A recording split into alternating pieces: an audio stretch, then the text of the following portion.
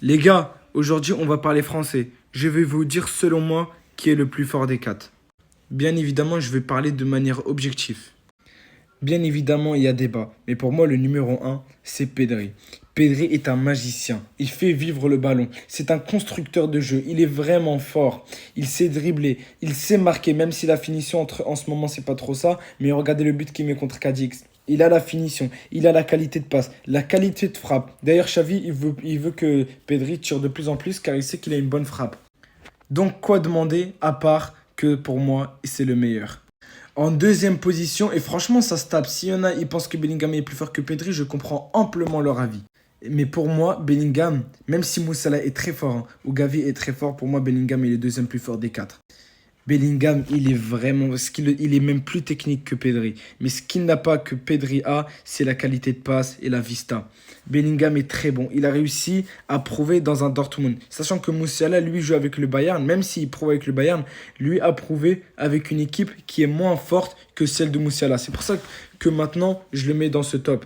Je le mets aussi haut en top 2. Car pour moi, il est très très fort. Il sait marquer, il sait tirer, il sait très bien dribbler. Il est trop fort. Si vous regardez un petit peu les matchs, chaque fois, avant de marquer, il dribble tout seul. Il va tout seul. Et franchement, je suis vraiment jaloux du fait que le Real l'a recruté.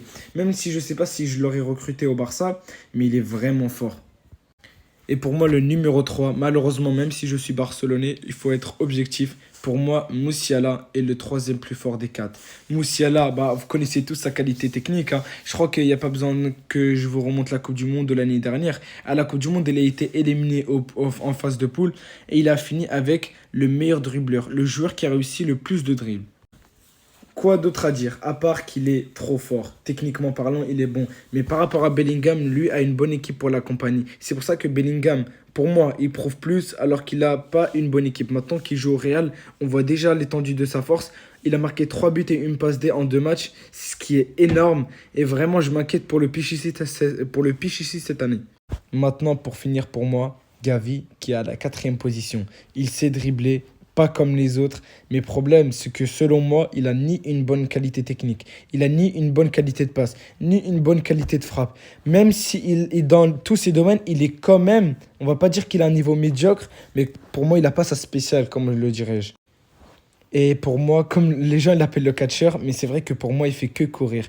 Même si il apporte beaucoup. Quand il est fort, il arrive à marquer, il arrive à faire des passes décisives. Moi, pour moi, ce joueur est vraiment fort. Mais le pire, c'est que c'est le plus jeune des quatre. C'est pour ça qu'il est vraiment à surveiller au futur. D'ailleurs, j'ai vu que le Barça ne voulait pas le vendre, sachant qu'il y a plusieurs grands clubs qui le voulaient. Je sais qu'au mercato d'hiver, il y avait le Bayern qui le voulait. City le regardait aussi d'un bon œil.